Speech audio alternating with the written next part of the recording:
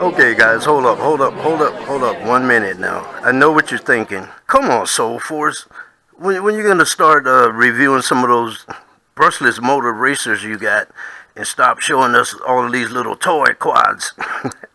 Okay, guys, what's going on is I'm trying to clear up a backlog that I got and fulfill some of my obligations to the stores that sent me these drones. It's been a long, crappy winter, and my flight time has been kind of limited so far. So just bear with me, guys. The good stuff is coming. The good stuff is coming.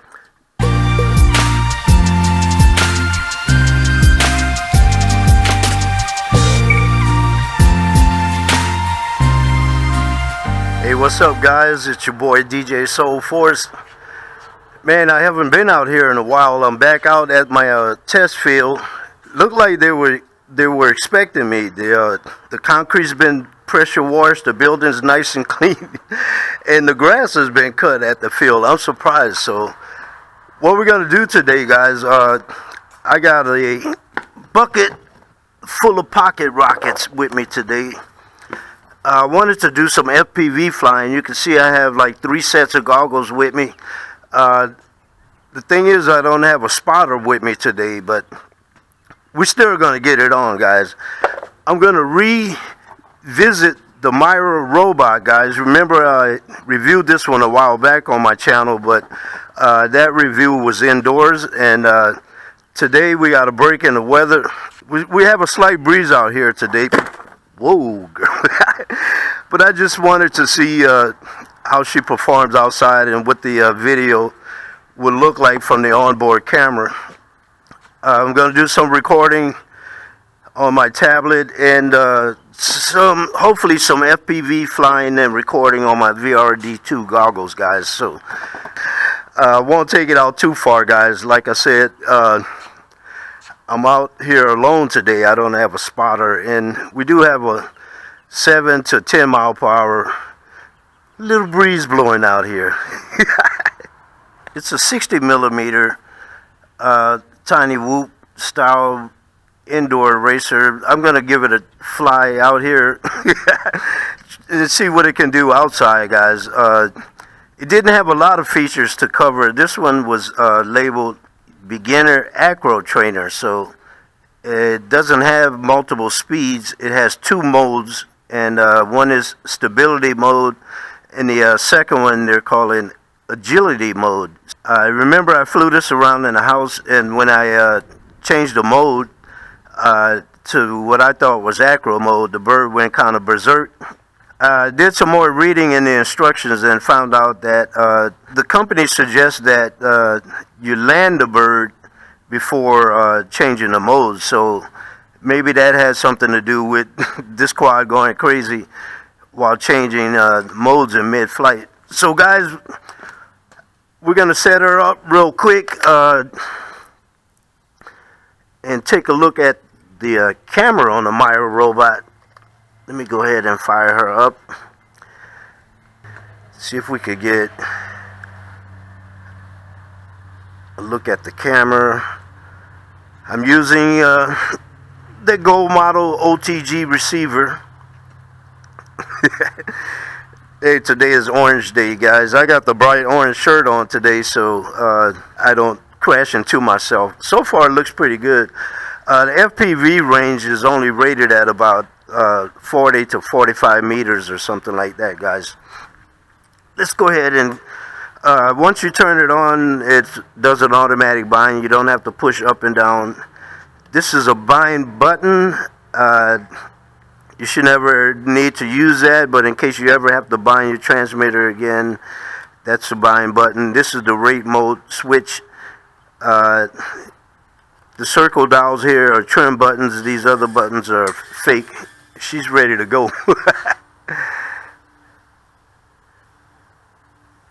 Just do some quick line of sight flight here, guys. Now, I'm under the pavilion trying to block some of the wind. The wind is blowing almost 11 miles per hour from our left to right, looking out toward the field. So I came under the pavilion to try to block some of the wind. She's not doing too bad.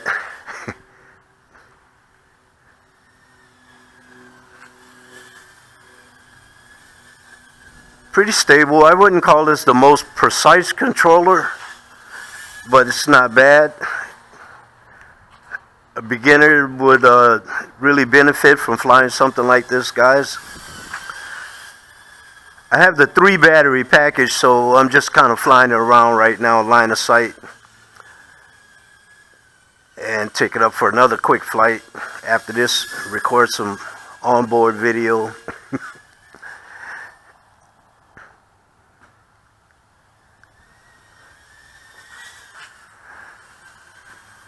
She's got some tiny little 6mm motors on it, but she's a very lightweight little bird.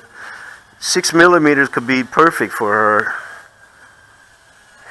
and a nice longer flight time. I prefer 7mm and above when it comes to these little brush motors. It's got a little zip on it. I can't tell if it's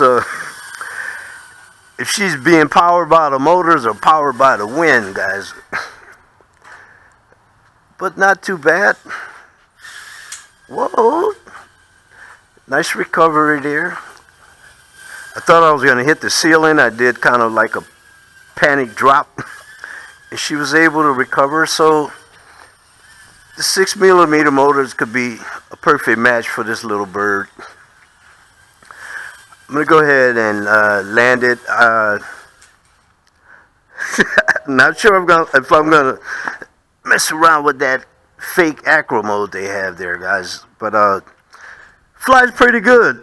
Nice little breeze coming under the pavilion here. Not as much as the wind out there, but even a couple of short runs outside of the pavilion, she held her own. She held her own. I wasn't recording there, guys. I'm going to change the battery, put a fresh battery in, and take it up for another flight and record some video. On the tablet. It's got a pretty nice camera on it.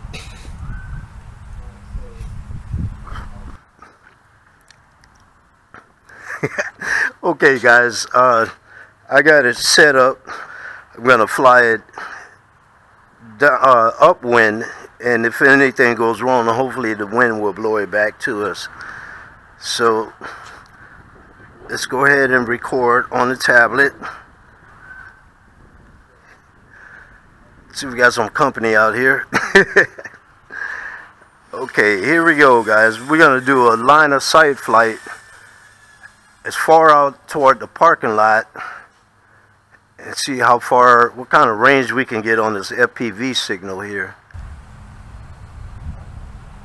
So far, so good.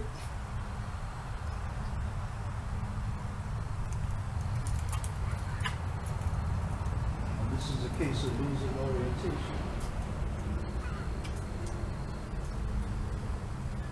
Coming in backwards. Now, this is a case of losing orientation. I'm coming in backwards. At least I'm coming back. Whoa.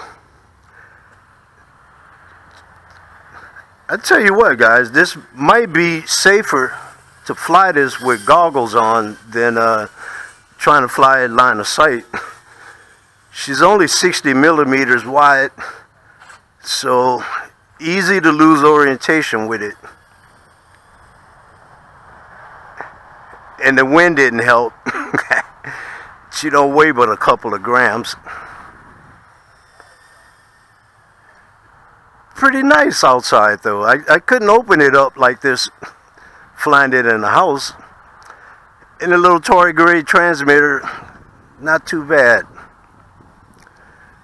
Like I said, I think maybe the 6mm motors is a perfect match for this little baby. There's the yaw speed. Well, we're doing a little funnel there. Let's bring it in a little closer.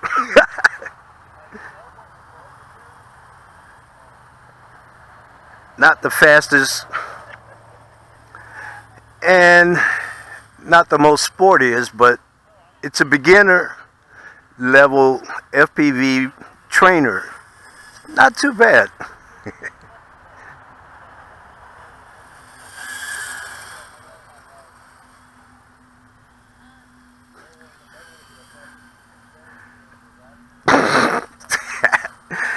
I'm laughing because I'm thinking, do a punch test, Soul Force, do a punch test. Okay, here we go, full punch. Alright, and bring your butt back down. She's floaty. On the punch scale, 1 to 10, that was like a 1. But you guys can tell I'm having fun with this little baby. Pow, there we go, right into the pole. The whoops are working.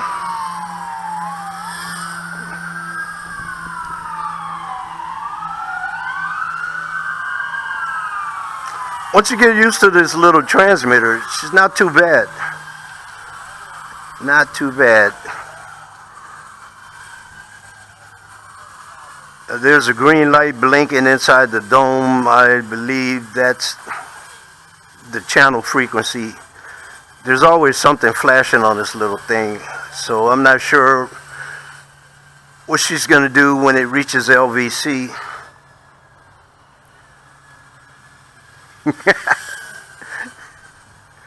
Not too bad for a little pocket rocket.